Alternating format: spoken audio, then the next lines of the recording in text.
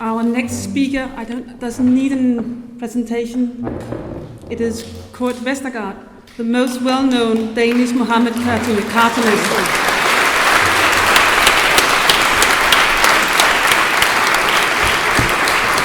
Den der mikrofon. No, what I'm going to say is my own reflection about making cartoons, which I have been doing for about 30 years, I think, at a newspaper, Jyllandsposten. So, I would like to start with a question. What is it like, the profession that me and other cartoonists share? Are we but mere clowns who visually entertain or even amuse the readers on their travels across the endless plains of words on the newspaper page? Or are we sensitive seismograph detecting the tremors of coming political earthquakes and the catastrophes that follows in their wake? Are we drawing cartoon roadside bombs not to derail, but to warn and bring politics back on the right track? Satire is loved but also hated. A little anecdote.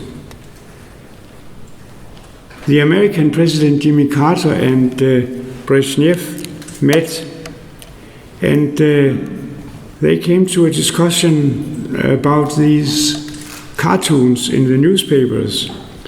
So Carter said, I like them and I collect them. I actually believe that I can learn something from them. I have 2 bookcases filled with cartoons.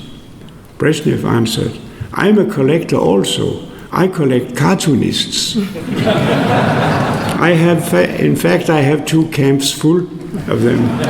So I think that the cartoonists can learn something from that. Sometimes I believe that the mighty ones on earth fear the critical cartoon more than they fear analysis of their regime, their situation, because the drawing has an appeal that no analysis has. But satire does not come out of the blue. So therefore I will remind you of the old anecdote of the Spanish painter Picasso. He painted the famous Guernica picture, and during the Civil War in Spain in 1937, then the anecdote tells that he met a German Air Force officer in France during the German occupation. The German said, was you who did Guernica? No, said Picasso, it was you.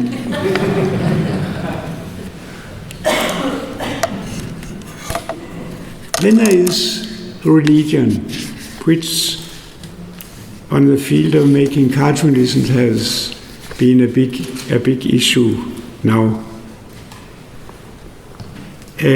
But the question is, should religion supersede democracy and require special treatment? The Danish answer is no. As an old, friendly, and as far as religion goes, tolerant atheist who respect everybody's faith and their right to have their faith, the intolerance of one religion in particular has surprised me and my countrymen. As an atheist, I would like to remind you about the old anecdote from Northern Ireland.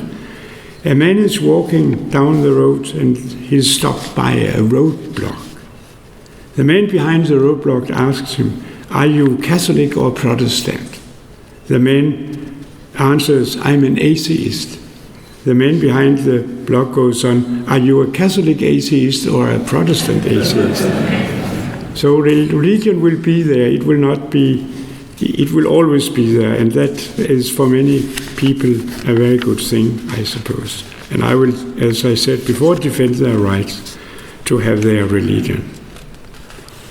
Denmark has received a large group of Muslims and given them everything that the Danish welfare state has to offer, from money to accommodation and free education.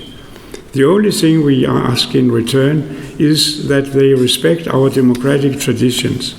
When we satirize Muslim fellow countrymen, this is not an act of exclusion, but rather inclusion in Danish society, consistent with the way we satirize Danes in general. With the drawing I made, I wanted to show that one religion has extremists who use or abuse part of the Quran as a spiritual ammunition and explosives for murder and destruction. I think that the drawing was justified.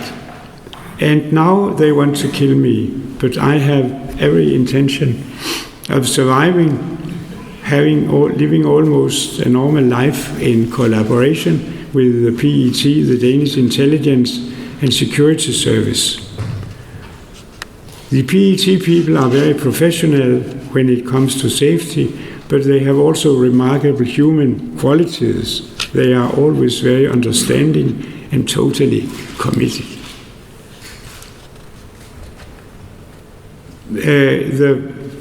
They follow me everywhere, so we get to know each other quite well. I have found out that there are two things that they are happy that I don't participate in. One thing is winter bathing in the cold sea, and another is being a nudist. So I am proud to live in a small and very tolerant country, a country that may have lost her international innocence after the so-called Muhammed crisis, but a country where every single politician supports freedom of speech. There is an old German writer, Otto Julius Bierbaum. He once said in German, "Humor ist, wenn man trotzdem lacht. Humor is when you laugh in spite of everything." And that is what I try to live by. Then a little final PS. This so-called Muhammed crisis is not the first cartoon crisis in Denmark. In January 1933, Adolf Hitler had been given the power over Germany by Marshal Hindenburg. And in October the same year, Hans Bendix, a Danish cartoonist of semi-Jewish descent, published a magazine which in text and drawings revealed the coming horrors of Nazism.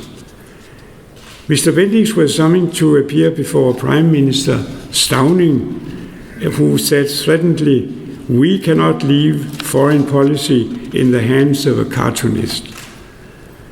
The Germans are furious.